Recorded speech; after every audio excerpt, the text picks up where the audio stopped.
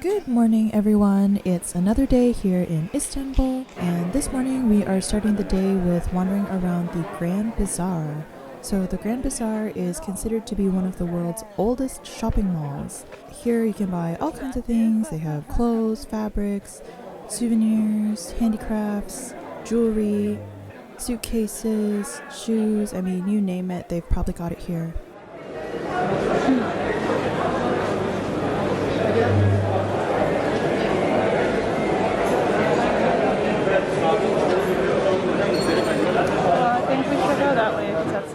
This place is a total labyrinth, so it's very easy to get lost in here. All the corridors look the same, but they are very beautiful corridors. You can see these beautiful archways that have painted designs on them.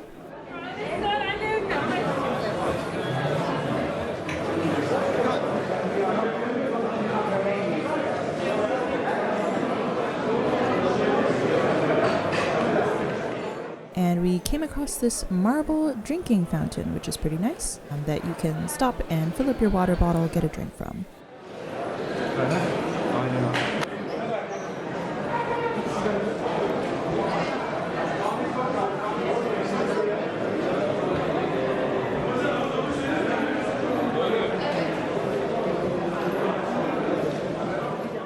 We walked around for maybe about an hour. We didn't spend too much time inside the Grand Bazaar. Little side note, everybody smokes in Turkey, like a lot. And smoking indoors is acceptable and even very common, which is something that if you're from the North Americas, you're probably not very used to. So as you can imagine, inside a building like this, it can get pretty stuffy with secondhand smoke. So we moved along, and even outside the Grand Bazaar, there are lots of shops lining the roadways as well.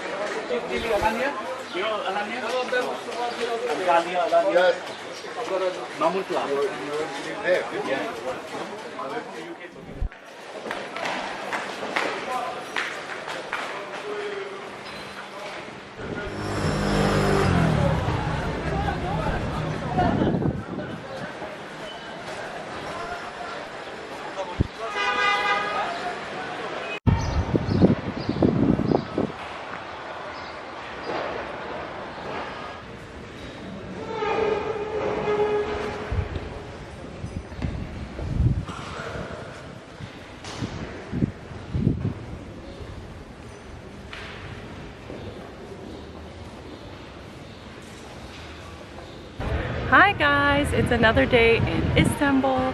So far I've done a really bad job about stopping to explain what we're doing when we do it.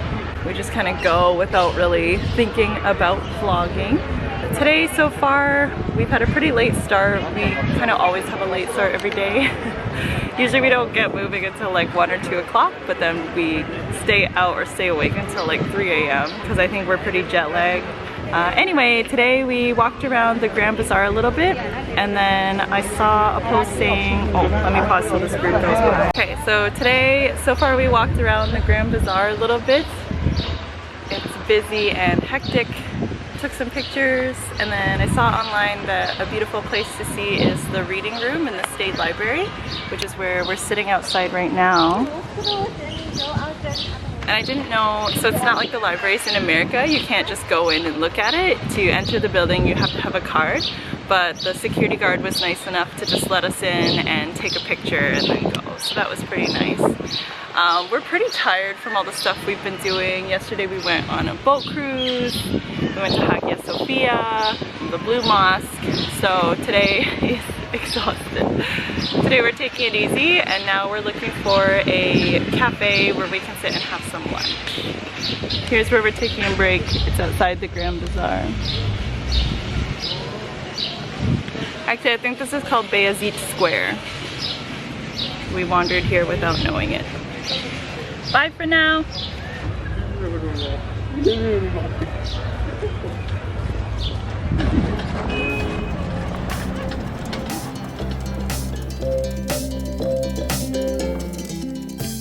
Okay, so we finally found a place to eat, and this is called the Mimar Sinan Teras Cafe.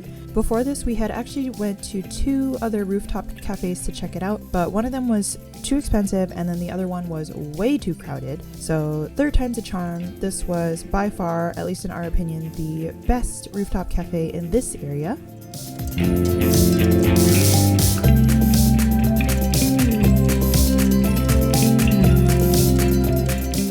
On this cafe you can see views of the Suleymaniye Mosque and as well as the Bosphorus river below. We have a nice Instagram section here that you can use.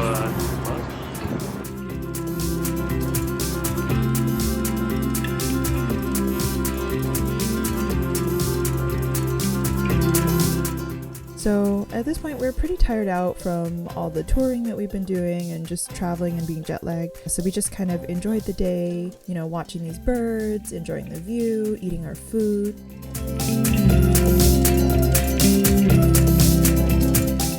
Hey guys, so we're at another rooftop cafe, enjoying this pistachio cake for dessert, and we have a special friend with us. Hello. And the most gorgeous view.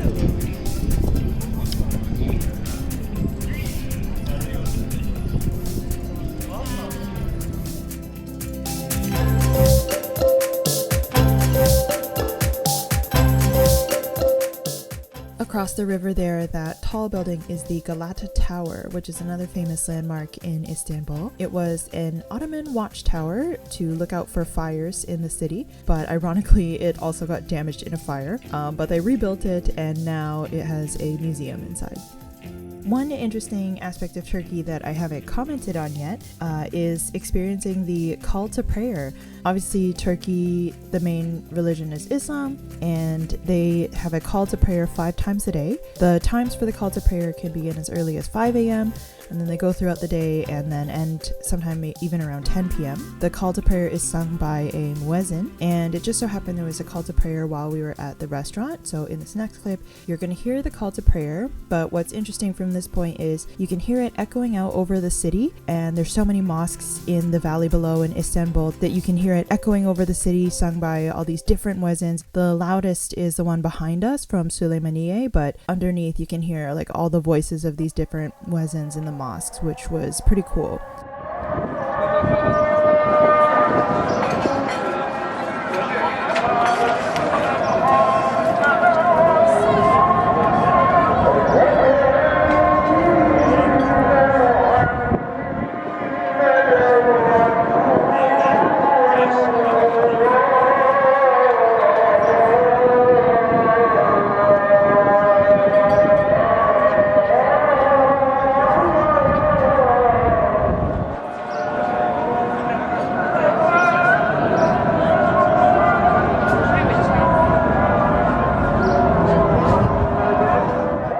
The sound of the call to prayer in the city is just sort of very kind of like mysterious and ethereal. So it's kind of neat to experience, especially if you're not used to that. Okay, so at this point I stopped filming. Again, we were pretty tired out.